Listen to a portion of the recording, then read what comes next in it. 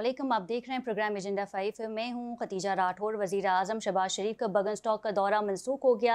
इससे पहले ये बातें हो रही थी कि वज़ीर आज़म स्विट्ज़रलैंड का दौरा करेंगे, लेकिन जिस तरीके से इलेक्ट्रॉनिक दस्तावेज़ फ़रीक़ैन ने साइन किए हैं, वाइट हाउस ने भी इसकी वीडियो जारी कर दी है। ईरान की जानिब से सदर ने दस्तखत किए, जबकि डोनाल्ड ट्रंप ने भी फ्रांस के दौरे पर दस्तखत किए और बताया ये जा रहा है कि हतमी मुआहदा 60 रोज़ के अंदर हो सकता है। स्ट्रेट ऑफ हॉर्मज़ मुकम्मल तौर पर खोला जाएगा और 60 दिन के अंदर अंदर जो शिप जहाज वहां से गुजरेंगे, ईरान उससे टोल या टैक्स नहीं लेगा। साथ ही जो निकात सामने आए हैं उसमें यही था कि मुकम्मल जंगबंदी होगी तमाम फ्रंट्स पे, इंक्लूडिंग लेबनान। और ईरान ने यह वाज़ेह कह दिया था जब ये सीज़ फायर का मुआहदा तय नहीं पाया था कि लेबनान में भी मुकम्मल जंगबंदी होगी। साथ ही एक अहम नुक्ता ये भी है कि दाखिली मामलात पर मुदाखलत नहीं की जाएगी। तो ईरान ने तो वैसे भी किसी भी मुल्क के दाखिली मामलात पर मुदाखलत नहीं की है, जबकि ये काम अमेरिका का है, चाहे वो वेनेजुएला की सूरत में हो या फिर सीरिया, फ़लस्तीन और ईरान। साथ ही अगर माजी की थोड़ी बात की जाए तो ग्रीनलैंड के भी हवाले से भी डोनाल्ड ट्रंप का ये कहना था कि अगर वो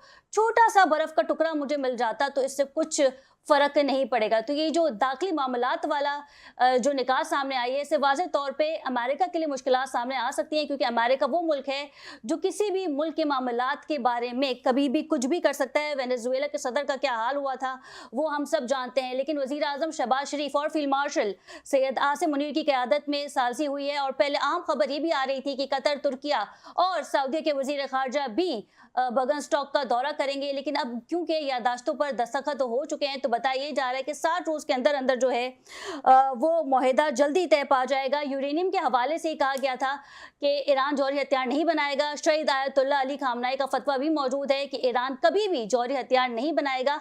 अब इस यूरेनियम को किसी और मुल्क मुंतकिल किया जाएगा, नहीं किया जाएगा, या फिर ईरान का ये कहना ही काफ़ी होगा कि हम जौहरी हथियार नहीं बनाएंगे।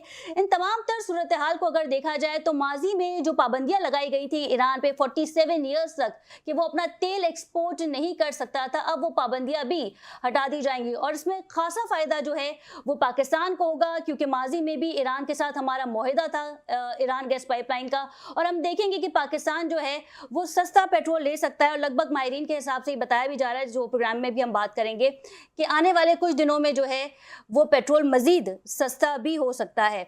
लेकिन अगर बात की जाए स्पॉयलर्स की तो फिर क्या ये कहना दुरुस्त होगा कि एक बार फिर इसराइल ने अगर जारियत की लेबनान पर, तो फिर ईरान की जानिब से जो है वो जंग का आगाज़ दोबारा हो सकता है। ईरान ने वाज़ेह कहा है कि सीज़ फायर की मुकम्मल पासदारी होगी, जिसके बाद अमेरिका भी इसकी पासदारी में शरीक होगा और फिर हम देखेंगे कि मशरिक़ वस्ता में एक बार अमन फिर मौजूद होगा। और साथ ही ये भी बताया गया निकात में कि जो मशरिक़ वस्ता के आसपास के जो ममालिक हैं, अमेरिका वहाँ से चला जाएगा, यानी कि जो हवाई अड्डे वहाँ पे मौजूद है खलीजी ममालिक की हिफाजत के लिए। तो लेकिन वो तो फिर रेस्ट इज़ हिस्ट्री, क्योंकि हमने ये भी देखा था कि जो हिफाजत के लिए मौजूद थे उन्होंने सिर्फ इसराइल की हिफाजत की जब खलीजी ममालिक पे इसराइल की जानिब से मिसाइल दागे जा रहे थे, यानी रिटेलिएट किया जा रहा था। इस पर मज़ीद बात करेंगे।